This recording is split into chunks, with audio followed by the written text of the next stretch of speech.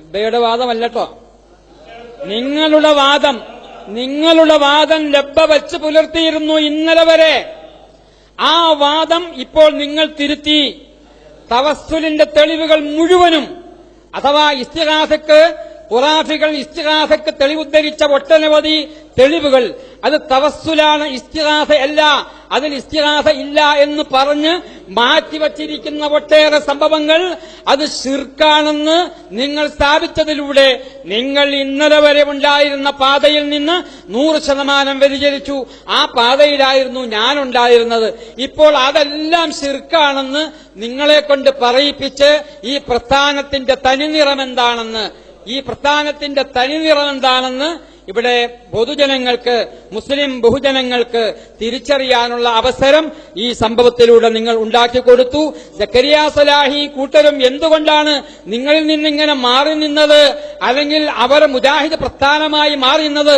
നിങ്ങൾ മുജാഹിദ് പ്രസ്ഥാനമല്ല, നിങ്ങൾ സംഘടനാവാദികൾ മാത്രമാണ്, നിങ്ങൾ സംഘടനയാണ്. യഥാർത്ഥത്തിലുള്ള മുജാഹിദുകൾ എന്ന് പറയുന്നത് ഇപ്പോൾ സക്കരിയ സലാഹിയുടെ നേതൃത്വത്തിൽ തന്നെയാണ്.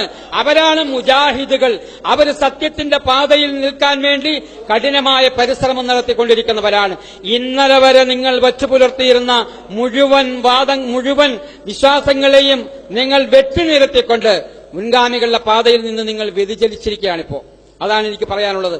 അതുകൊണ്ട് ഇതാ ഈ നാരിയ സ്വലാത്തില് സംവാദത്തിന് തയ്യാറുണ്ടെങ്കിൽ അതിന് നിങ്ങൾ തയ്യാറായി നമുക്കതിനു വേണ്ടി വ്യവസ്ഥ പൂർത്തീകരിച്ച് പിരിഞ്ഞു പോകാമെന്ന് പ്രത്യേകം ഇൻഷാ അല്ലാഹ്. ലബ്ബാദാരിമിക്ക് സക്കരിയ സലാഹി കൊടുത്ത ക്ലാസിന്റെ അടിസ്ഥാനത്തിലാണല്ലോ ഈ വന്ന് പറഞ്ഞതൊക്കെ. ഈ സക്കരിയ ഇത് പറഞ്ഞോ ഇല്ലേ എന്ന് സക്കരിയയുടെ ആ വാദം ഇതാണ് എന്നാണല്ലോ ലബ്ബാദാരിമി മനസ്സിലാക്കിയത്. അല്ല, നിങ്ങൾ പറഞ്ഞിട്ട് കാര്യമില്ല.